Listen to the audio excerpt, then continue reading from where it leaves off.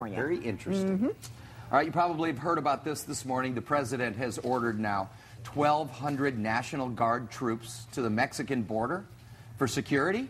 Yeah, the move comes after Senator John McCain from Arizona brought up the border security issue during a lunch meeting yesterday. He and other GOP lawmakers have been pushing the president to do something to strengthen the border protection down there. The president also expected to request $500 million to be used for a variety of other border protection activities. So the bottom line, 1,200 troops are headed down there.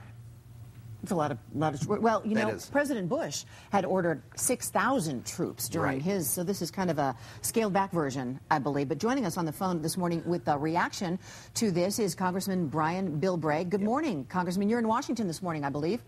Yes, good morning, Sandra and Dan. Good morning, good morning. So what do you think about this? Obviously, it's the political season and whatnot, but I think a lot of people see this as probably a decent first step. Well, I think you got to remember it's just like when Bush took action, it's an emergency step to a crisis.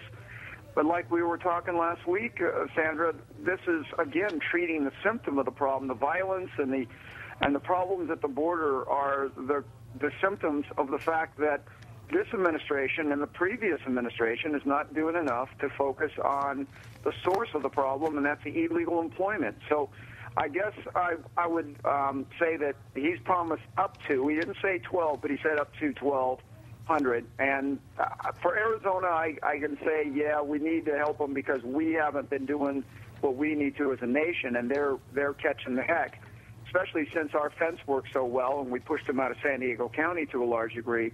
But I think we still got to ask the president, why have you backed off from the workplace enforcement and send a few thousand new ICE agents in to catch the employers who are exploiting these poor immigrants? I think you'd see a lot less problems down in Arizona if that word was given out real quick. Now, Congressman, this move is coming while the White House is trying to garner support of their overhaul of the immigration laws in this country. Is this more political posturing, or is this something actually going to be done in all of this? Well, I don't... Senator, I wouldn't want to be so cynical to say that he's not going to send some National Guard down to help the crisis in Arizona. But again, I think they're all trying to sidestep the issue that there's a whole lot of things that could be done that does not include a reward system for those who are illegally here. And that's the biggest problem, is the political heat of doing anything like focusing on the employers and workplace enforcement without then at least trying to sweeten it with an amnesty program has got everybody kind of goosey. And the American people feel pretty strongly about the fact that the talk and the sideways. And I think the biggest issue is immigration is not real technical. It's not like balancing the budget or winning the war. This is something that the average person looks to and says, it's common sense that you got to get hard on people that are hiring illegals.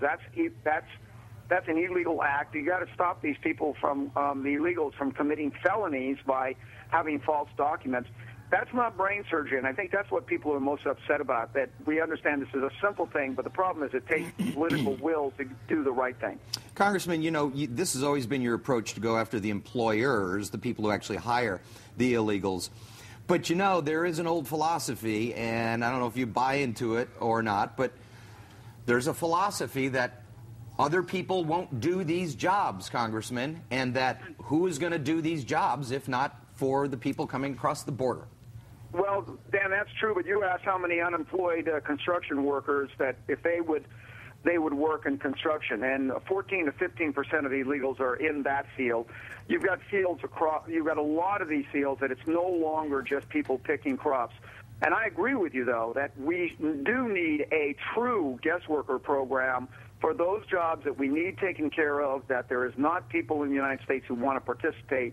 And that program should allow people to come into the country, work for 6 to 10 months, go back, maintain their family and their culture and their community contacts and their country of origin, but also provide the services which is much more cost effective.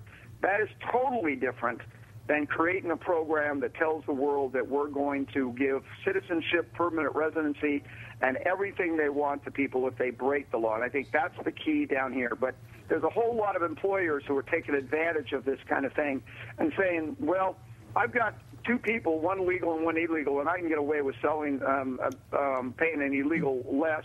Why don't I just do it? And then the guy next door who's competing sees that he's got to compete against somebody who's got a much lower cost, is not doing the kind of tax withholdings and the public safety stuff that we require for legal workers. And that ends up creating a whole new problem and really throws it off. So, yeah, there are jobs that we should have guest workers do, but they should be guest workers, not illegals. Congressman Bilbray, thanks for weighing in this morning. Appreciate your time. Enjoy your day in Washington. Thank you very much. God bless you. All right. You too. Right back at you. All right. Brian Bilbray. Yes, Brian Bilbray. Now.